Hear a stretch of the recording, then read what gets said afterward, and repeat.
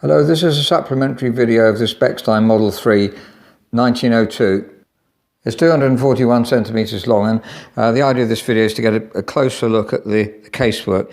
It really is quite superb. I can't say that we've done anything better than this in terms of the veneer and the contrast in colour, which we try and bring out it's actually natural. We haven't added any stain to the polish at all, so it's bringing out tremendous contrast here.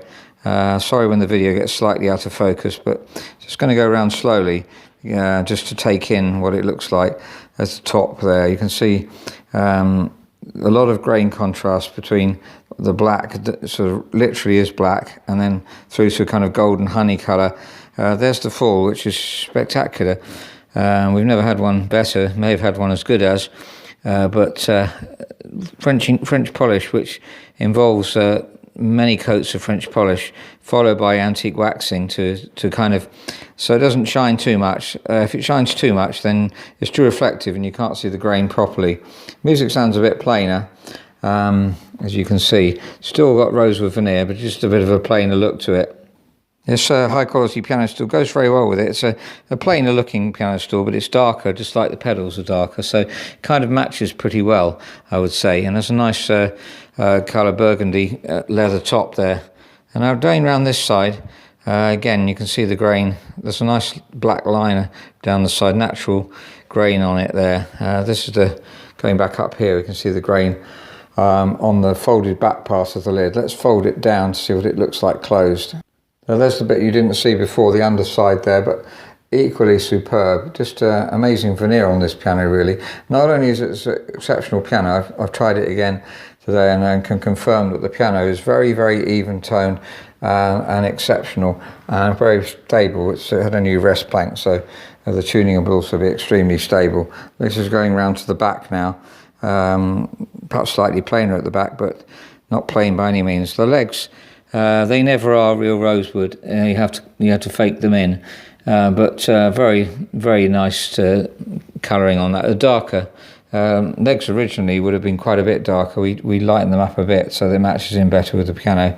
There's down the long side, which is often against the wall anyway, so it's perhaps slightly plainer than the other side, but really that's not necessarily to criticise it like that. It's just that the rest of the piano is so good.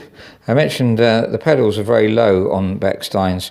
You could, if you wanted to, put glass caster cups underneath here.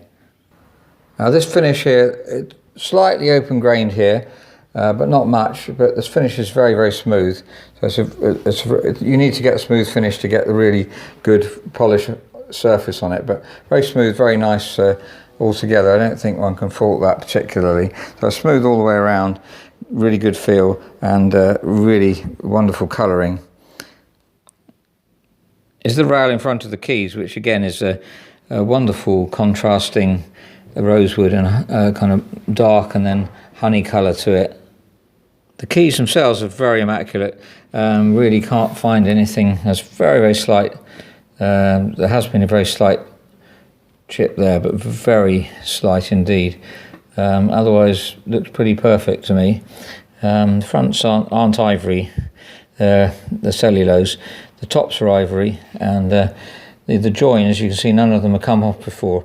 Very often you get, when the piano dries out or gets moist and then dries out, then this front part comes off because the wood below expands and contracts, and obviously the ivory doesn't. But you can't see any defects on those at all, literally, and all the colouring is correct. None of them have been replaced at all, but you often get patchy look if they're replaced.